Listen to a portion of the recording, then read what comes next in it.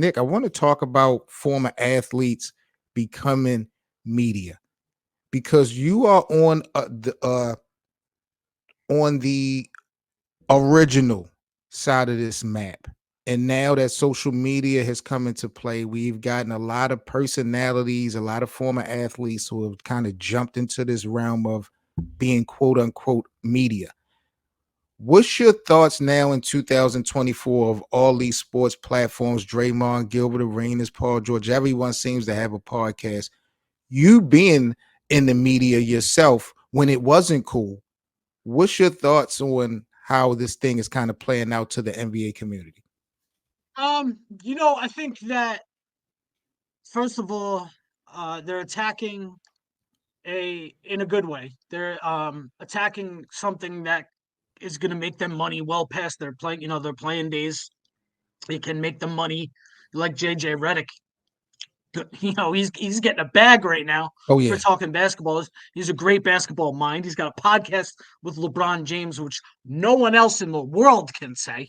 You know, you know. So it's a different time for sure, but I like it. I think what a lot of people get uncomfortable with is it kind of shatters this wall of what we think these guys are like or what we think it's like on the road or playing basketball for a career, you know, and it kind of shatters that the notions that we had about these things. yep. Um, there's a lot of uncomfortability with that, but at the same time, I love it. I love getting the insight. I think the it gets outrageous, of course, with everybody wants to be number one and they want to say the most outrageous things. They want to make the most headlines. That kind of stuff gets a little crazy. Like Gilbert Right. Arenas takes it to a different level sometimes. Kendrick Perkins takes it to a different level sometimes. I think they've all done it. I think we Right. all do it at one point in our careers too. Because that's I what like the views and clicks. algorithm They pay demands. It me more. seems like that's what the public Exactly. wants at the end of the day. So you Exactly. got I to like feed the clicks and people. views at the end of the day. They're Yep. nice, you know. Yep. Yep. They pay. That's a fact. But at See? the same time, you know, um, I think, you know, what I've tried to maintain my whole career is just authenticity, unbiased. I can't do the biased super fan thing. It's just like not in me because I Right. cover everything from all angles, right? So it's like, how can I really approach things with a heavy bias? But that being said, it's really cool to get like this Jalen Brunson, Josh Hart podcast. That's been great to watch. You Yep. know, them having Isaiah Hartenstein, guys you would never have access to 10, 15 years ago talking. It's amazing. It's amazing. And I think it's really cool hearing some of the unheard of stories. Yeah, and I think just depending on how you deliver it, it could be really instrumental. What JJ and LeBron is bringing to the table. I think that it's going to help Beautiful. the education side. Which has definitely been missing in the 100%. circuit. Um,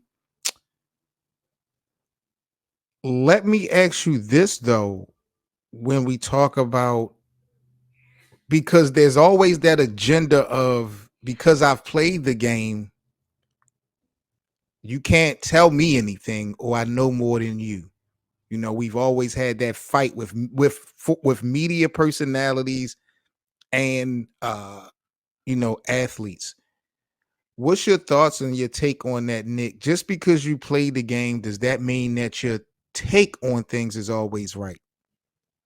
I don't know about always right, but I do take everything a professional athlete would say to me about competing in the NBA as gold. You know what I mean? Okay, right. Because Okay. I can't sit here and have a conversation and accurately describe to anybody what it's like being a player in the NBA or what it takes to even become a player in the NBA or reach that level. I can't sit here and say that. Um I think that's why I stick to the things I stick to when I'm writing and when I'm doing Right. my content because I can't go crazy on somebody I've never walked 10 feet Their in their shoes shoes, before. you Right. know? Right. But at the same time, I think people who have studied the game intensely talked about the game, written about the game, and immerse themselves in the game, I think anybody can sit at the table and have a conversation. But I I, think anybody that knows the game knows within 3 minutes who the people are that really know it and love it and who the pretenders are. I feel like that's like an automatic, oh, okay, you're a troll. Oh, okay. You're here for entertainment. You're not here for basketball. right. There's a lot you could decipher within 5 minutes. I think it does definitely need to be a level of respect, a level of balance, because, like you said, who are you to go against what the professional players actually said about a certain topic if they're the ones that actually been there? But I do think something has to be said about the eye test, from an analyst or just a fan's perspective. I think players have to respect the fact that even though one individual may not have literally played the game, if you are studying and watching and analyzing, you will have a perspective, maybe from a different lens, but you will generate a perspective. And I just think former athletes need to respect that if they are going to be in this media realm, because a lot of people feel like what they say is law because they've played the game before. But I just feel like, man, if you've watched it, the eye test will tell you what's good and what's bad. I don't need to be a Will professional to say do that, you know? something funny along these lines. Did you see what White Chocolate Jason Williams had to say about Brian Windhorst? Yep, yep.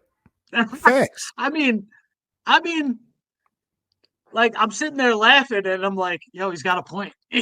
Like at the same See? time, like damn, that's savage, but oh, he's got a point, you know. Yeah. So I think there's got to be a balance. Like there's no doubt to me that Brian Windhorst knows the game, but at the same time, the messenger don't exactly match the message.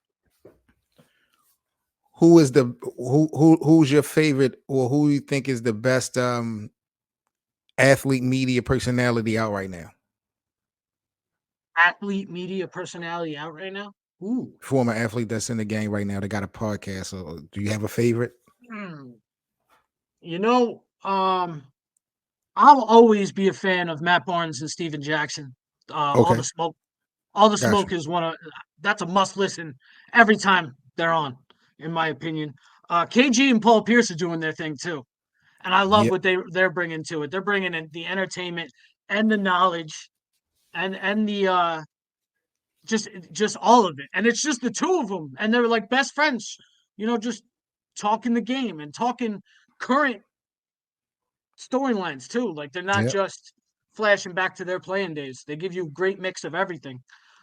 So I think those are my favorites. But yeah, definitely KG and Paul Pierce up there right now. Got you, got you. Gil's Arena, they be having a little bit of drama, but I like Gil's show, dude. I do really like Gil's show, and I like the potential of LeBron and JJ Redick, what they have going on. I hope to see more of that.